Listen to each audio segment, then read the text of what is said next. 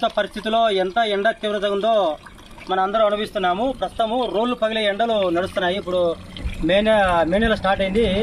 మనకు బ్యాక్గ్రౌండ్ చూడండి, ఇది రోడ్డు వచ్చేసి కొండ ప్రాంతం వచ్చేసి దగ్గర 16 కిలోమీటర్ ఘాట్ ఉంది.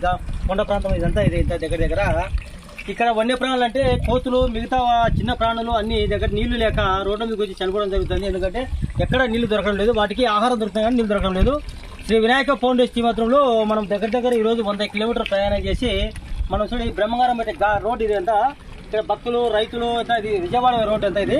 ఇక్కడ అన్ని చాలా కోతులన్నీ చనిపోతున్నాయి నీళ్లు లేక. నీళ్ళ కోసం రోడ్డు దిగి వచ్చి కనీసం ఈ ఎండల కాలంలో నీళ్లు ఇచ్చి దానికి దప్పితీర్చాల్సి ఈరోజు మనము దాతలు ఈరోజు ఈ కార్యక్రమాలు సహాయం దాతలు వచ్చేసి కీర్తి చేస్తులు నూకల లక్ష్మయ్య గారు, శ్రీ లక్ష్మీదేవి గారి జ్ఞాపకార్థము కుమారుడు నూకల శ్రీనాథు, నూకల బాలజ భార్గవు, నూకల బ్రాహ్మణి గారు అంటే కర్నూలు జిల్లా నుంచి వాళ్ళు ఈరోజు మనకు ఈ కార్యక్రమానికంటే ఈరోజు అట్టి పనులు, ఈ వాటర్ అందించడము, ఈ రోజు ఖర్చు అంతా ఈరోజు మా టీం ఖర్చు అంతా ఇక్కడ కొండ ప్రాంతం వచ్చే ఖర్చు అంతా వాళ్ళే నూకల వారి కుటుంబం పెట్టుకోవడం జరిగింది.